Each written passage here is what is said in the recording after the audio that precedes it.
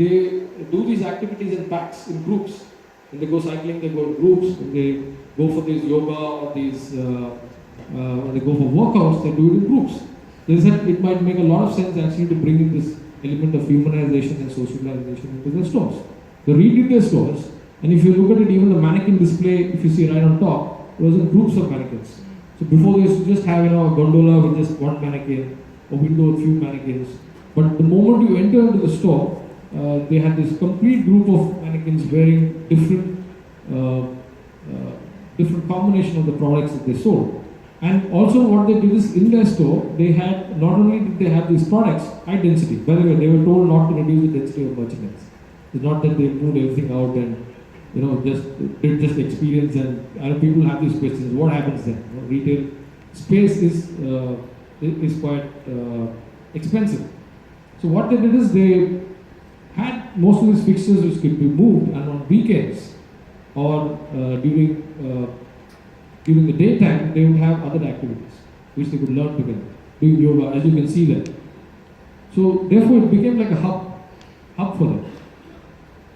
So if you look at what they achieved, it's about a 6,000 square feet space in local London, which became a hub for athletic apparel company.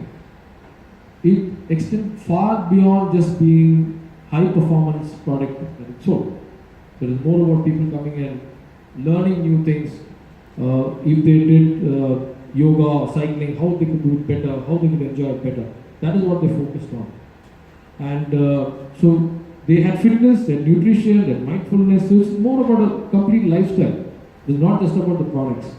So they became hugely popular. A dipping brand became a huge hub. They were all over the PR. They had clubs, they had people, so they had customers for life after this new trend of this physical brand, using this trend of physical brand. So what they say is somewhere to stretch, sweat, connect and enjoy the latest collections is what their line was. That is really the one. And O2 was another technology company, and they sell typically like what Airtel and others do here. They have these centers where they would sell their products.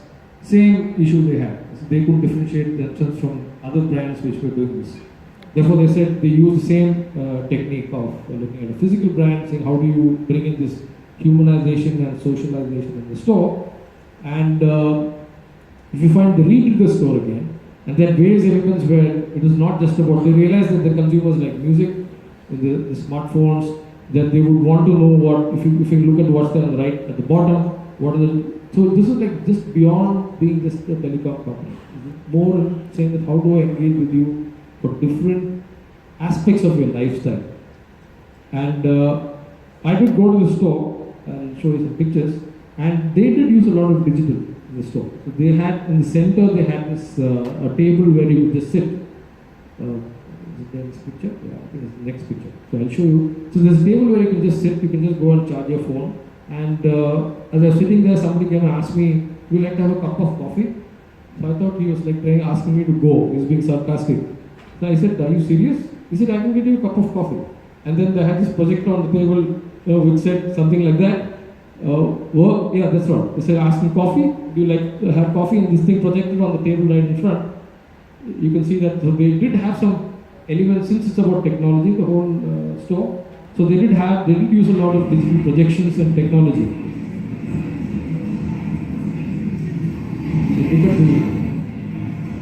You can look at the text that's being projected there.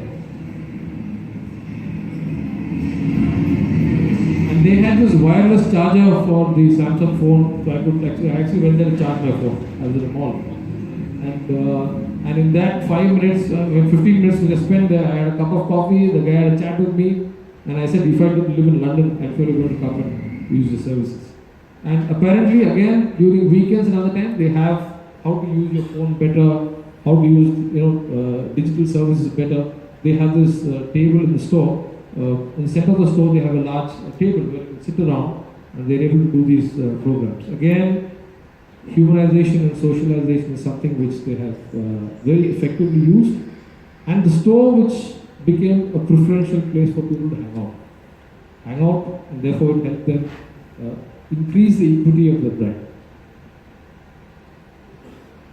Lush is the brand which I think came to India and didn't succeed. They shut and went. But very interesting concept of Lush. So the trend too is they have sensory branding. So you have humanization, you have socialization, and then you have sensory branding. So what is sensory branding? The different senses: see, hear, touch, taste, and smell. So do you know why the last three actually are highlighted? Can you guess? Can you figure out why the last three are highlighted? Because this cannot be digitized. It cannot be digitized. Absolutely right. So, brand experience designers have realized that consumers look at touch, taste, and smell. That's something which is used a lot in the socialization and humanization. Therefore, this is being used much more than ever before in new store concepts. So you can come there, experience the physical brand, go back to memories so that you'll have better loyalty. One thing is being transactional, where you just go into a store and buy what you want. Other thing is to have an experience. So touch, taste, and smell. Now, this is a Lush store in London, which I saw a year back. When I went again this year, they've changed it around completely. So I was again talking to the designer saying, what happened? He said, this whole concept is about beauty. Lush is about beauty. Most of you must have seen the Lush stores. I don't know if there are any left here in Delhi. There are any? They used to be there, they were shut, but they're very popular there. All handmade, organic beauty products.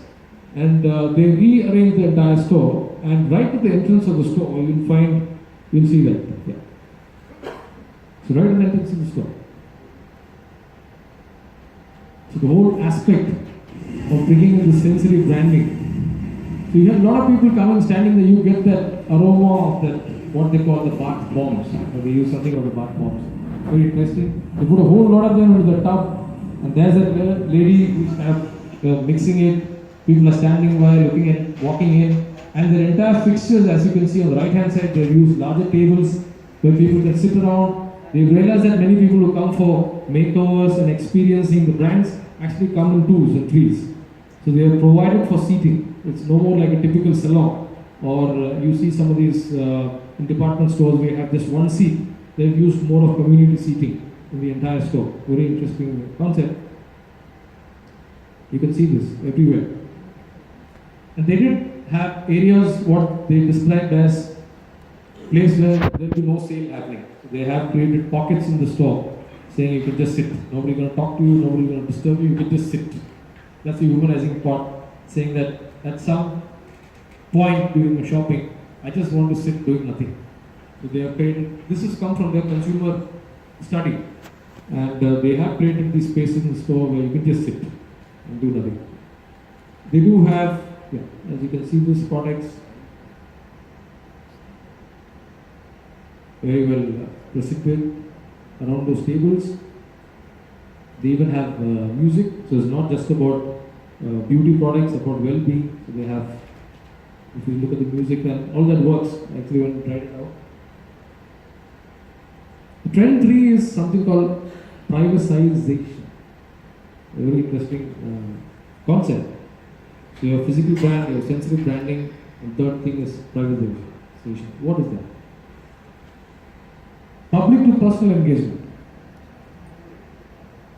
Respect my personal space. One part of it, humans do want to, the socialization part. But when I'm engaging and making a decision, I don't want the whole world to know.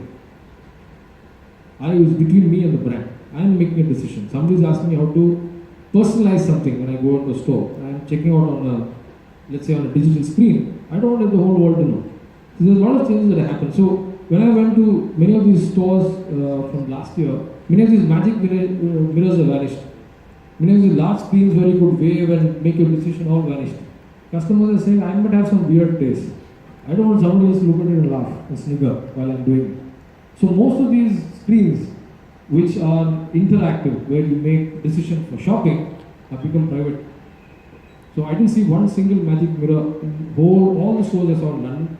However, there are some stores like Rebecca Minkoff and a couple of others where they had it inside the trial room. So you have this magic mirror inside the trap. So they're not outside anymore. All across, consumers are not using them. So privatization has become a big thing. So one main thing what I saw in the store, the Audi store in London, 3-4 years back, they came up with this concept, which is a huge rage, where people could stand in front of and decide what kind of fittings you want into the car. I got a little video.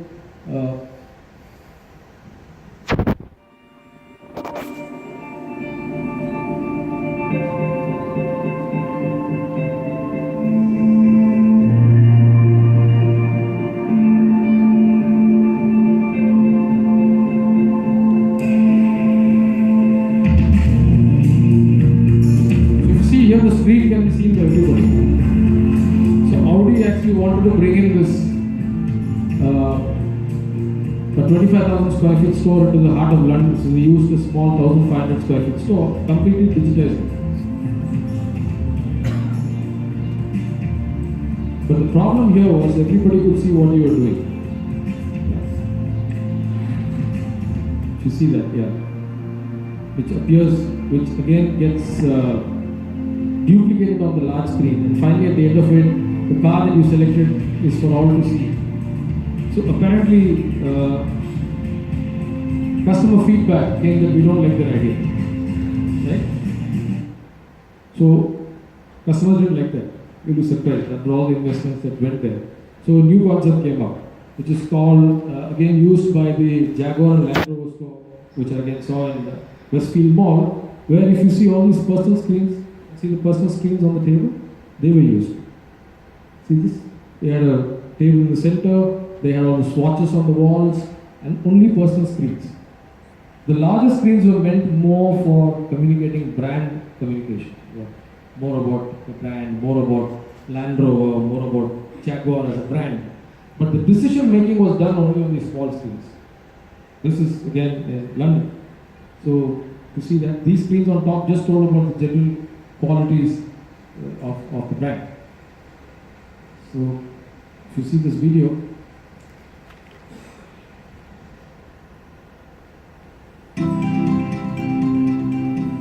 Rockar is a new digital car so retailing from business. big screens on the wall, they became tabs. The traditional part of car retailing, you have to get yourself ready to step across the threshold. So Rockar is Go into a battle concept with of salesperson. So what Rockar wants to do is software, and he is the founder, Dixon. the opposite. From the screens informing the customer about what the messages are, from the totem poles that give them the pricing, the access information, to the tablets that mean that what we can do is keep the customer mobile through the journey. We are some sorts of cars we're looking at. We can select the cars on the tablet and then show them all the options that are available. Everything will move to the We tablet. can actually go away and do all this at home as well, using the same system that we've seen with Rockar store. So this isn't about being trapped into this environment. We're here mainly to advise the customer on what is best for their personal situation, to give them the information that they need to make an educated decision. The Samsung tablet definitely makes my life a lot easier, saves me a lot of time, makes me a better store ranger. The way it's changed the way we engage with customers is that it's far more efficient, so the customer's not waiting a great deal of time. Without the tablet, my life will be a lot harder, a lot slower, and probably a bit more chaotic. Relationship with Samsung and the technology that Okay, so that's basically just to make the point that how things are moved from a large public interface to more of a private interface. That's another concept which they've taken very serious note of. Next is the unique experience proposition staging model.